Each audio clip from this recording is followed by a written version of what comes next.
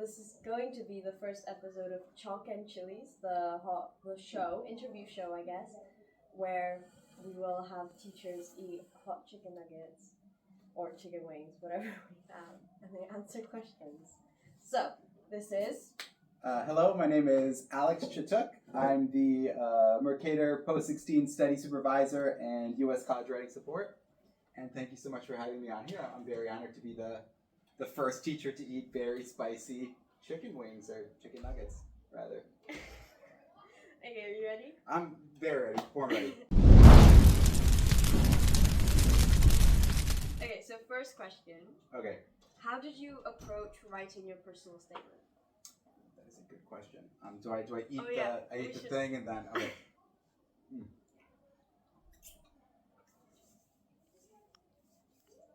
No, not bad. Yeah. Oh, fine. Well, so I think the first thing to keep in mind is this was quite a long time ago. I'm older than I look.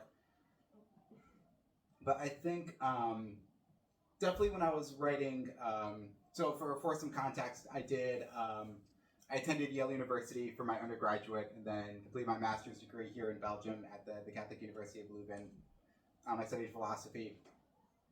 And when I was applying to Yale University, one of the major supplemental essay questions is just, why do you want to go to Yale? And I was doing summer research with a Yale professor at the time by the name of Laura Santos, who was amazing.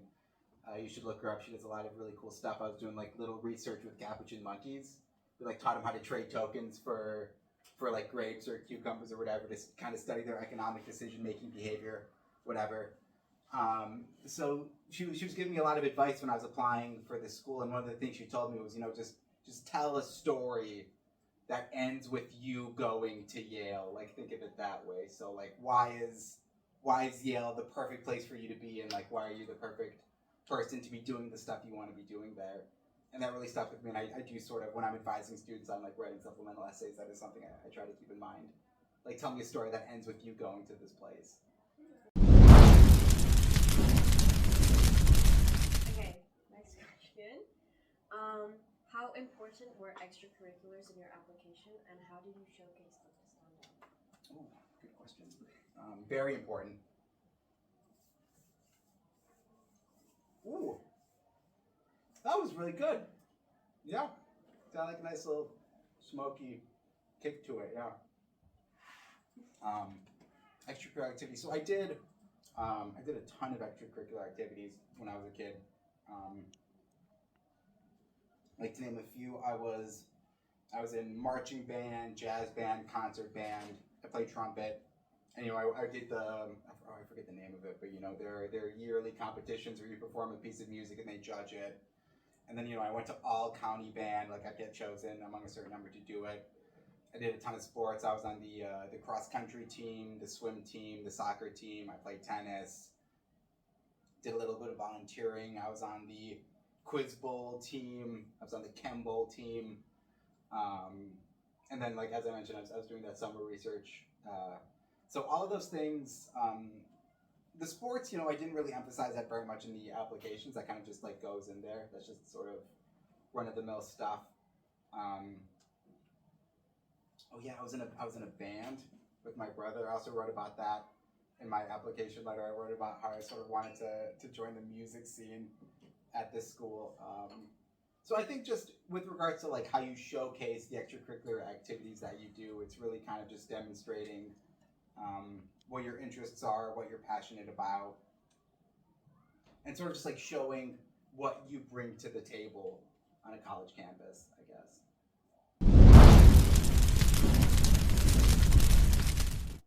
Okay. So, do you remember any interview experiences or supplemental questions that really stood out to you when applying? Let me think. Tereza, when did these get spicy? I'm a little disappointed so far. I'm trying to remember. This was a very long time ago. Well, I did have a couple interviews when applying for undergraduate schools. I remember I had a Cornell interview that went very badly, but that's mostly just because I was very unprepared and very nervous. Which the woman who did it was very kind. I don't remember much else about it. But with my own supplemental essays, it's hard to remember anything specific, but I do... Working with the supplemental essays kids are working on in their applications today, I sort of have noticed maybe a trend toward maybe like shorter questions, and then also less maybe like boilerplate answers. Like typically there are a lot of like very common types of supplemental essays they ask for in American applications. Typically there's usually just like one of four, 90% is going to be like a why do you want to study what you want to study, tell us about an extracurricular activity, why do you want to go to this school, what's community mean to you. When you were applying, did you feel pressure to apply to specific schools like Ivy Leagues? Like you did, but Yeah. Did you feel that you needed to? And how did you navigate that pressure? Oh, that's a really good question.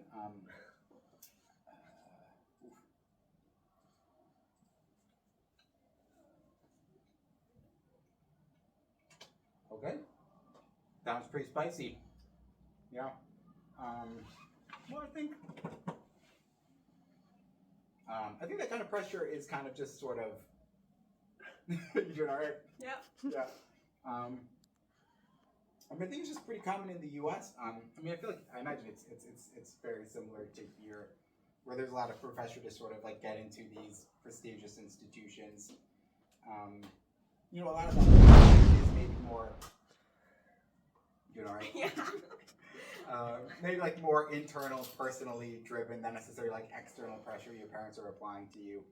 I did have an Eastern European immigrant mother who really did apply a lot of pressure to me as a kid growing up. I had two brothers. We all went to Ivy League schools. I had an older brother who went to Cornell, and I have an identical twin brother who also went to Yale. So she certainly gave us a lot of encouragement in that regard and really pushed us. With regards to just sort of like necessarily attending like top universities or Ivy Leagues, yeah, there's a lot of pressure to sort of try to achieve those things. I think maybe too much pressure, in my opinion. I don't think it's necessarily as important as people make it out to be. I feel like I've kind of lost the train of thought from the original question. It's fine. Okay, now for the last round, Ooh. which I'm very excited for. Okay, I think this one's quite a good question. Okay. Do you think where you went to college ultimately shaped your career path, or do you believe there's more to success than the prestige of the university? That is a very great question. I'm so scared. This is the hottest one. Scorpion sauce. I'm so scared. I'm gonna put a little extra on there just because you really like spicy food. Yeah, that's a really good question.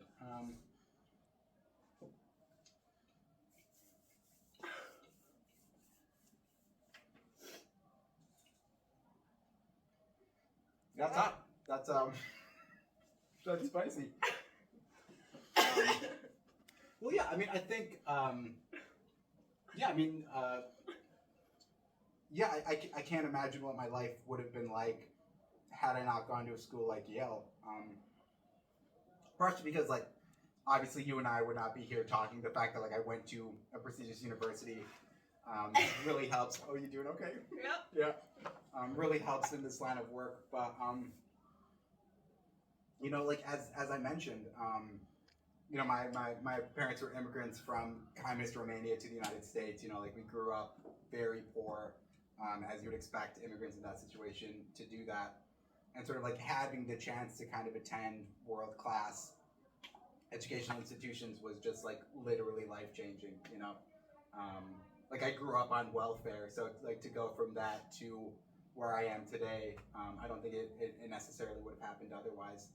And of course, if I'd attended like a less prestigious university, I still could have gotten like a really good job. and things like that. State schools are just as good.